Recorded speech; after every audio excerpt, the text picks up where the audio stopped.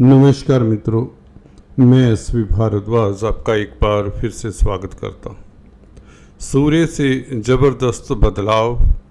जी हाँ दोस्तों, अगस्त के महीने का राशिफल कन्या राशि तथा कन्या लग्न के लिए प्रस्तुत है। अगर दोस्तों आपका कन्या लग्न है तो भी यह राशिफल आपके लिए लागू होगा। ग्रहों की स्थिति आपके समक्ष है। इस महीने 4 परिवर्तन होंगे। सबसे पहले सूर्य 16 तारीख को आपके व्यय भाव में परंतु अपनी राशि में बहुत ज़बरदस्त विपरीत राजयोग बनाएंगे। अच्छी स्थिति में सूर्य होंगे 16 अगस्त से। उसके पश्चात 22 अगस्त को बुध कर्क राशि में प्रवेश कर जाएंगे, 11वें भाव में आ जाएंगे वक्री चाल से चलते हुए पीछे। 25 अगस्त को शुक्र आगे चले जाएंगे, सिंह राशि से निकलकर यह कन्या राशि में आ जाएंगे लास्ट वीक में। और मंगल का परिवर्तन भी होगा। मंगल आपके 10वें भाव में केंद्र में मिथुन राशि में आ जाएंगे 26 अगस्त को। तो ये परिवर्तन होंगे। इस महीने आपको बता दें, शनि और सूर्य का विपरीत राजयोग, ये दोनों का विपरीत राजयोग भी रहेगा। हालांकि शनि यहाँ पर डायरेक्ट राजयोग कारक भी होते हैं, मैं अक्सर बताता आया हूँ। तो सूर्य का विपरीत राजयोग कैसा फल दे सकता है शनि के समक्ष? दोनों ही अपनी राशि में हैं, दोनों ही तटस्थ कहे जाएंगे। क्या इनकी टक्कर आपस में दृष्टि कहीं कोई दुविधा तो नहीं पैदा करती? क्या यह विपरीत राजयोग सच में फलित होगा 16 अगस्त से? इसके ऊपर टिप्पणी करते हैं। बुध आपके लगन के मालिक और कर्म भाव के मालिक, भाग्य स्थान के मालिक शुक्र के साथ बने रहेंगे 25 तारीख तक। 25 तारीख तक आपके लिए स्थितियां कैसी रहने वाली है, इसके ऊपर भी टिप्पणी कर देते हैं। तो चलिए शुरुआत करते हैं। इससे पहले कि मैं चर्चा को आगे बढ़ाऊं, निवेदन करना चाहूँगा, please subscribe, like and share, bell icon के बटन को भी दबाएं ताकि आपको लेटेस्ट अपडेट्स मिलते रहें। दोस्तों, शुक्र आपके भाग्य स्थान के मालिक से शुरुआत करते हैं। मेरा ये मानना है, जब आगाज़ किसी चीज़ का अच्छा हो तो उसका अंत भी अच्छा होता है। तो इसलिए इस महीने भाग्य स्थान के मालिक शुक्र के फलादेश से शुरुआत करते हैं, क्योंकि बुध और सूर्य भी तो वहाँ पर साथ में हैं, तो बात उनकी भी हो जाएगी। तो शुक्र बुध के साथ हैं, सूर्य के साथ भी हो जाएंगे। 16 तारीख से त्रिग्रही राजयोग होगा। शनि और मंगल से दृष्ट रहेंगे ये तीनों ग्रह। तो 5 ग्रहों का प्रभाव आपके 12वें भाव के ऊपर। 12वां भाव बहुत कमाल का भाव है दोस्तों। हालांकि इसे नुकसान का भाव, व्यय का भाव के नाम से जानते, परंतु अकेले यह नुकसान नहीं करता, काफ़ी कुछ और भी दिया करता है। आत्मिक शांति, विदेशों में सफलता, आपका कंजुगल लाइफ, आपकी नींद, आपका स्वास्थ्य भी यहाँ से देखा जाता है। कारावास भी यहाँ से देखा जाता है कि व्यक्ति ने जिंदगी में कोई कारावास भोगना है कि नहीं, 12वां भाव बताता है। 12वें भाव की क्या स्थिति है, ये जरूरी नहीं यहाँ पर बैठे हुए ग्रह आपको कारावास में डाल दें, ऐसी चिंता नहीं होनी चाहिए। देवानंद की कुंडली में 4-4, 3-3 ग्रह हैं, और भी कई गण्यमान्य व्यक्तियों की कुंडली में मैंने अक्सर पाया है 12वें भाव में, 6ठे 8वें भाव में ग्रह होते ही हैं। जैसे मुकेश अंबानी की कुंडली में भी 6ठे भाव में काफ़ी ग्रह हैं। अमिताभ की कुंडली में, अमिताभ बच्चन जी की कुंडली में 8वें भाव में काफ़ी ग्रह हैं। तो बात करते हैं शुक्र का गोचर कैसा रहता है। हालांकि हमने इसके ऊपर टिप्पणी की है पिछले कुछ वीडियो में। शुक्र बुध जब इकट्ठे हों, दोनों मित्र हैं, तो शुक्र को यहाँ पर हालांकि किसी के साथ की ज़रूरत नहीं होती। पुरुषों की कुंडली में शुक्र पत्नी का कारक होता है। जिनकी कुंडली में शुक्र 12वें भाव में है, अगर आपके होरोस्कोप में शुक्र 12वें भाव में है तो आपको पत्नी की मदद मिला करती है, फाइनेंशियल मदद मिला करती है। इवन पत्नी कंधे से कंधा मिलाकर चलने वाली होती है। विपरीत स्थितियों में भी पत्नी का साथ रहता है, धन के रूप में या अदरवाइज मोरल बूस्टिंग के रूप में भी। तो आप भाग्यशाली हैं इस महीने कि आपकी स्पाउस का साथ आपको मिलेगा। लव लाइफ बेहतर होगी। अगर आप फिल्म लाइन में हैं, एक्टिंग की लाइन में हैं, कला के क्षेत्र में हैं, तो शुक्र का साथ बहुत बेहतर रहेगा। रोमांटिक रहेंगे कहीं ना कहीं आप। भाग्य स्थान के मालिक का 12वें भाव में बैठना, तो भाग्य कहाँ चला गया? 12वें भाव में। 12वां भाव विदेशों का भी है, हॉस्पिटल्स का है, प्रिजन्स का है। तो विदेशों में भाग्य आपका चमकता है। विदेशी कामकाज करने से आप भाग्यशाली होंगे। मल्टीनेशनल कंपनीज में अगर कामकाज कर रहे हैं या ऑनलाइन कोई कामकाज कर रहे हैं, कोई ऐसी कंपनी जिसका नाता आपके देश से नहीं, विदेशी कंपनी कहने का मतलब, तो उसमें आपको सफलता मिलेगी, धन आएगा, प्रतिष्ठा बढ़ेगी, आपको एक सेटिस्फैक्शन का एहसास होगा। क्योंकि शनि और शुक्र का भी संबंध है। शनि अभिन्न मित्र हैं शुक्र और बुध के। 15 तारीख तक ये बहुत लाजवाब स्थितियां बनी रहेंगी जब तक सूर्य यहाँ पर नहीं आता, बल्कि 25 तारीख तक, जब तक ये ग्रह शिफ्ट नहीं हो जाते बुध और शुक्र। तो ये महीना ऑलमोस्ट सर्टेन है कि बेहतर जाने वाला है। बुध का 12वें भाव में बैठना, सूर्य का भी 16 तारीख से आ जाना साथ में। बुध ऐसे ग्रह हैं, ये शनि के भी मित्र हैं, ये शुक्र के भी मित्र हैं, ये सूर्य के भी मित्र हैं।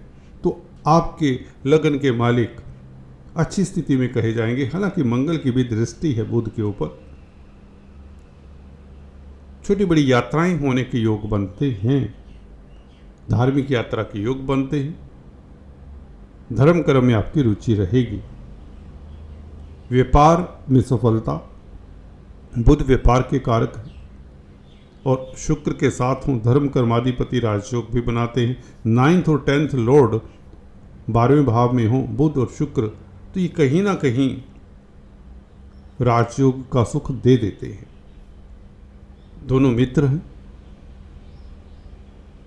अगर आप पेट्स में डील करते हैं, प्रिंटिंग स्टेशनरी का कामकाज करते हैं, पत्रकारिता का कामकाज करते हैं, कोई लिखने का कामकाज करते हैं, कोई हॉबीज़ हैं, या इवन अकल्ट विद्याओं में, 12वां भाव अकल्ट विद्याओं का भी माना जा सकता है, आर्ट का भी है, कला का भी है, अध्यात्म का तो है ही।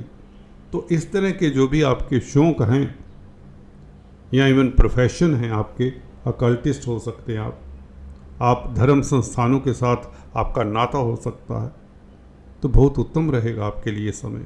योगा मेडिटेशन से आप लाभान्वित होंगे। धन की कमी नहीं होगी, हालांकि खर्चे भी होते रहेंगे। परिवार पर खर्चे होने के योग बनते हैं। कुटुंब पर हो सकता है आप पत्नी को अपनी गिफ्ट लेकर दें। शुक्र 12वें भाव में है जो पत्नी के कारक है, और आप भी 12वें भाव में, आप खर्चा करने वाले भी 12वें भाव में। मेडिकल क्षेत्र में तो आपको लाभ होगा, मेडिकल क्षेत्र में आपकी ख्याति होगी। सूर्य मित्र के साथ है, शनि मित्र से दृष्ट हैं बुध। तो कार्य क्षेत्र अगर आपका सोशल वर्क का है, समाज सेवा का है, धर्म कर्म का है, अध्यात्म का है, अकल्ट विद्याओं का है, या कुछ भी हॉबी से रिलेटेड, आप पेंटर हो सकते हैं, राइटर हो सकते हैं, कलाकार हो सकते हैं, तो इसमें तो सफलता निश्चित है। आप कुछ अपने लिए भी समय निकालेंगे, आइसोलेट होकर आप आने वाले समय के बारे में विचार करेंगे, ये अच्छी बात होती है। कई बार होता है भाग दौड़ की ज़िंदगी में हमें सोचने का, सहज होने का मौका ही नहीं मिलता। लग्नेश का 12वें भाव में बैठना ये भी बताता है कि ज़िंदगी में आपको कुछ पल ऐसे देता है ये 12वां भाव कि आप आत्म मंथन कर सकें, आप ये सोच सकें कि आप किस दिशा में जाना चाहते हैं या किस दिशा में जा रहे हैं। कहीं हम बहाव में बहे तो नहीं जा रहे, क्या हमें अपने आप को रोकना चाहिए, स्थितियों में परिवर्तन लाना चाहिए। इस तरह का आपका जो सोच है वह बहुत काम आता है। साधारणतः हमें समय कहाँ होता है, किसी को भी समय नहीं होता। तो ये जो कुछ पल मिलेंगे आपको, अपने लिए निकालेंगे, आप सोच विचार करेंगे अपनी फैमिली के बारे में, क्योंकि शुक्र आपकी फैमिली का मालिक है, सेकंड हाउस का मालिक है। आप अपने ख्वाबों के बारे में सोचेंगे, आप अपने कार्य क्षेत्र के बारे में सोचेंगे, अपने बारे में सोचेंगे, अपने विरोधियों के बारे में सोचेंगे।